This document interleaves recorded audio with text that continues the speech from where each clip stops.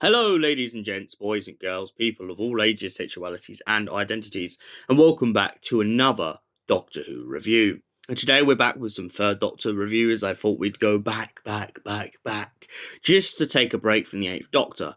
So, without further ado, let's get into Ambassadors of Death. A group of astronauts are sent off into space to launch off on a Mars probe. However, this turns out in a bit of a disaster when the astronauts decide to go missing. They bring back down the rocket ship and find there's no astronauts inside, just an empty capsule.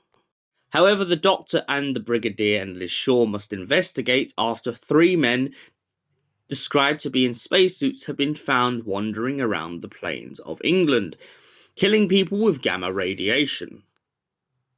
Now, if you remember gamma radiation, it's most probably because you've watched The Incredible Hulk or She-Hulk. However, in Ambassadors of Death, this single touch can kill any living being it comes into contact with.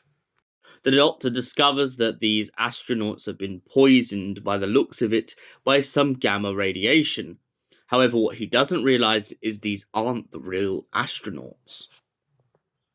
Upon discovering this, the Doctor tries to pretty much dull down the situation and take the Ambassadors of Death back into a spaceship, up into space, back to the probe, and in hopes of sending them back to where they came from, rather than letting them be used as weapons. It turns out that the life forms inside of the spacesuits don't quite understand the human race, and they don't intend to kill them, it's just something they can't help doing. The Doctor breaks them out of a facility after realising that a rogue agent has purposely manipulated and taken advantage of these alien species. Upon returning back to the probe, the Doctor soon finds the real astronauts and manages to bring them home. So, Ambassadors of Death. What did I think of this episode? Honestly, I love it. Why? Because once again, it's another kind of plot I'm really surprised other sci-fi films, genres have never really used, at least in my knowledge.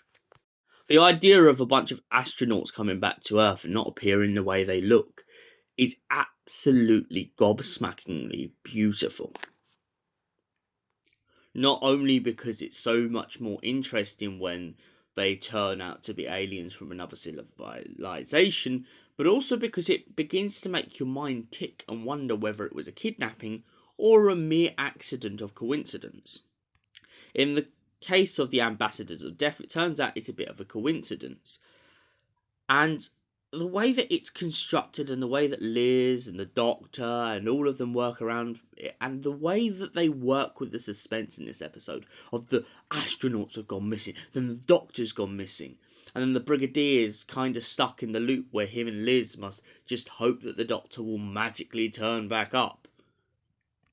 That constant suspense in this story kept me hooked, and for that reason I give it a solid 10 out of 10.